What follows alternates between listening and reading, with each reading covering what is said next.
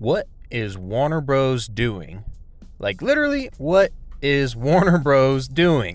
If you haven't heard the news, Warner Bros. Decided to shut down 3 different of their gaming studios, which were Monolith Studios, Player First Games, and Warner Bros. Games San Diego.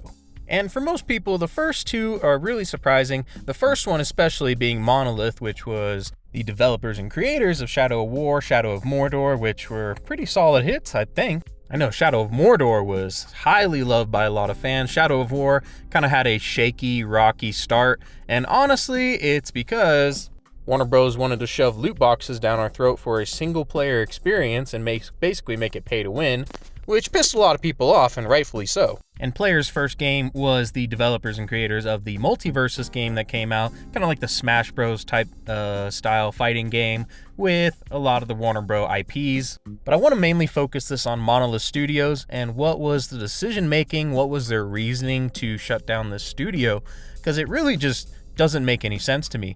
I mean, they had a Wonder Woman game that was lined up that seemed to be in the works for a while now. And of course, you can't mention Shadow of Mordor or Shadow of War without mentioning their amazing system, the Nemesis system that they had implemented into this game that unfortunately Warner Bros. Has a patent on that is basically locked behind closed door now because they closed Monolith Studios. So who's going to be using this system? Who's going to be implementing it? No one can, essentially, until like 2036, I think. And for those of you that don't know or haven't played Shadow of War, Shadow of Mordor, it was essentially a mechanic that gave each enemy a unique personality. They kind of remembered how you played and reacted to you accordingly. And it really just gave a unique system that just made every playthrough a lot different from one another.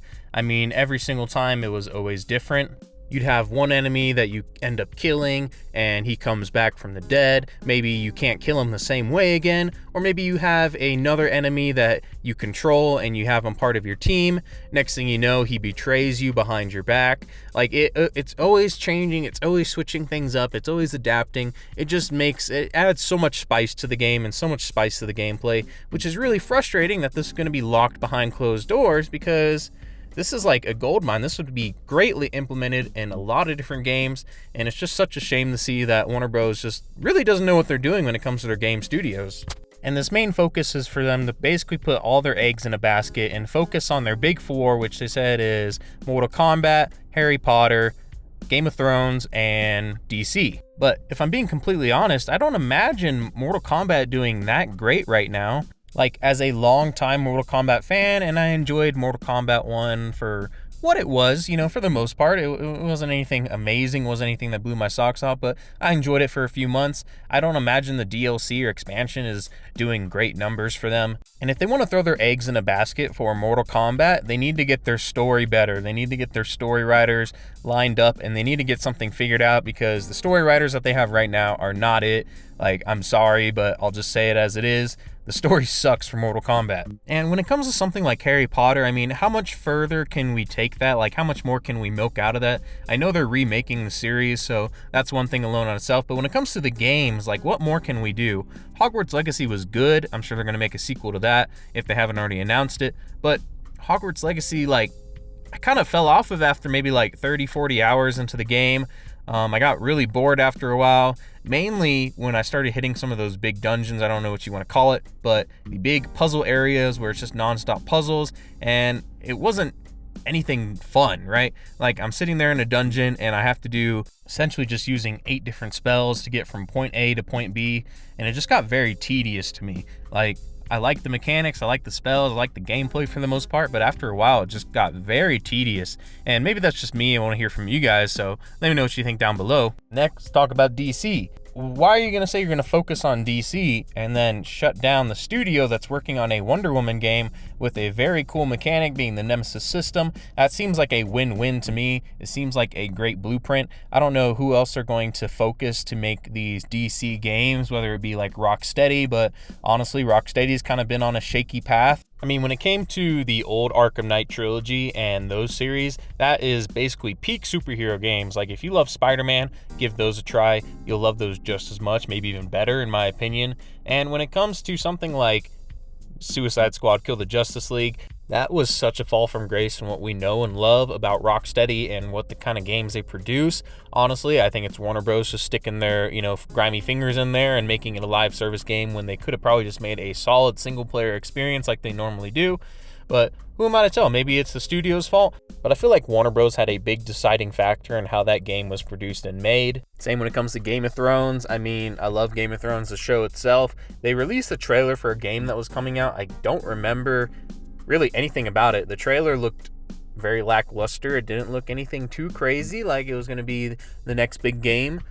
But, maybe more trailers will come out, more gameplay, and I'll change my opinion about it. But it's hard to tell right now. I'm really curious about why they would close down probably arguably one of their best studios that they had. I mean, we're talking Warner Bros. And Warner Bros. Has a ton of IPs. They have a ton. They're sitting on a gold mine when it comes to just money. And when it comes to, they just can't produce any good games with those great IPs that they have, which this leads to another situation, another thing I want to talk about where, honestly, this is probably for the better, right?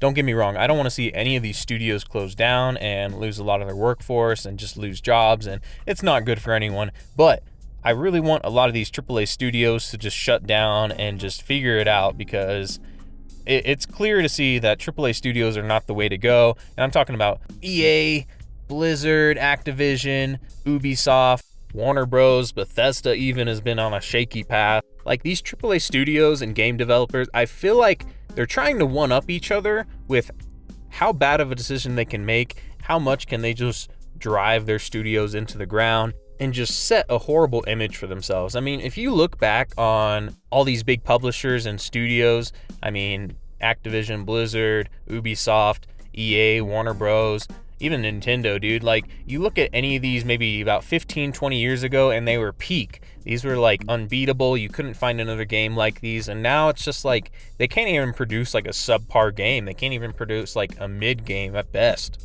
Like, I mean, this genuinely needs to be studied. It is really mind-blowing. It doesn't make any sense to me.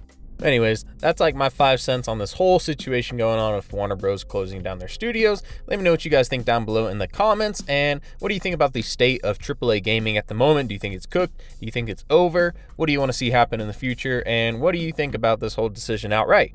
Anyways, love to hear from you guys. So I'll catch you guys in future videos. Don't forget to like, subscribe, comment. It all helps out.